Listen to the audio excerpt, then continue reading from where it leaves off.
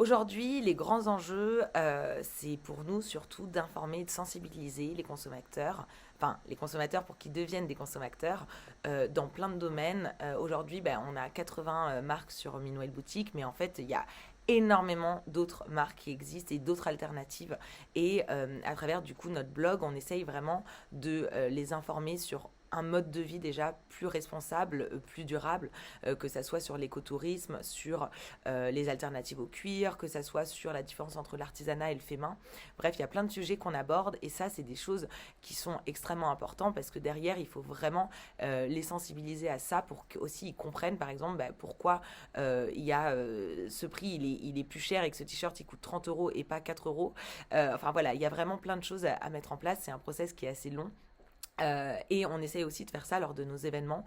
On fait pas mal d'événements où parfois on fait découvrir des matières comme le chanvre, le pignatex, enfin plein de matières où les gens ne sont pas encore habitués.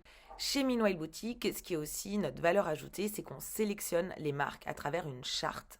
La charte, elle repose sur 17 valeurs, que ce soit l'upcycling, le recyclage, vegan, le commerce équitable ou autre, et 5 piliers principaux qui regroupent toutes ces valeurs qui sont l'anti-gaspillage, l'artisanat, la préservation des ressources, l'impact humain et social et les certifications et labels.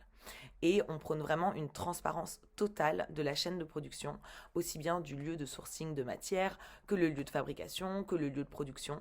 On veut vraiment montrer que, en fait, même si la marque n'est pas forcément 100% made in France, qu'il y a une démarche derrière et une volonté déjà à être transparent, éthique, mais aussi à s'améliorer toujours plus, parce que c'est toujours compliqué parfois en tant que petite marque d'avoir toujours les besoins, enfin les moyens aussi de se développer de façon éthique à 100%.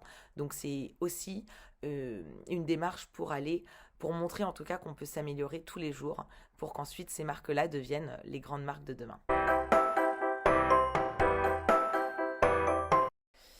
Pour les futurs projets, là, on va finir déjà nos événements de l'année et on réfléchit à des partenariats avec des médias assez influents et engagés sur les mêmes valeurs que nous pour pouvoir augmenter cette visibilité pour les créateurs et avoir un process d'adhésion aussi au collectif de Meanwhile Boutique plus simple. Il y a plein de choses qu'on peut faire.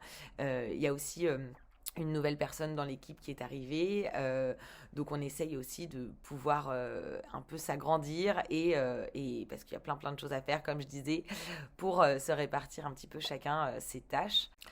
Donc pour consommer mieux ou bien pour faire des petits cadeaux éthiques, durables et écologiques, il y en a pour tous les goûts et tous les budgets.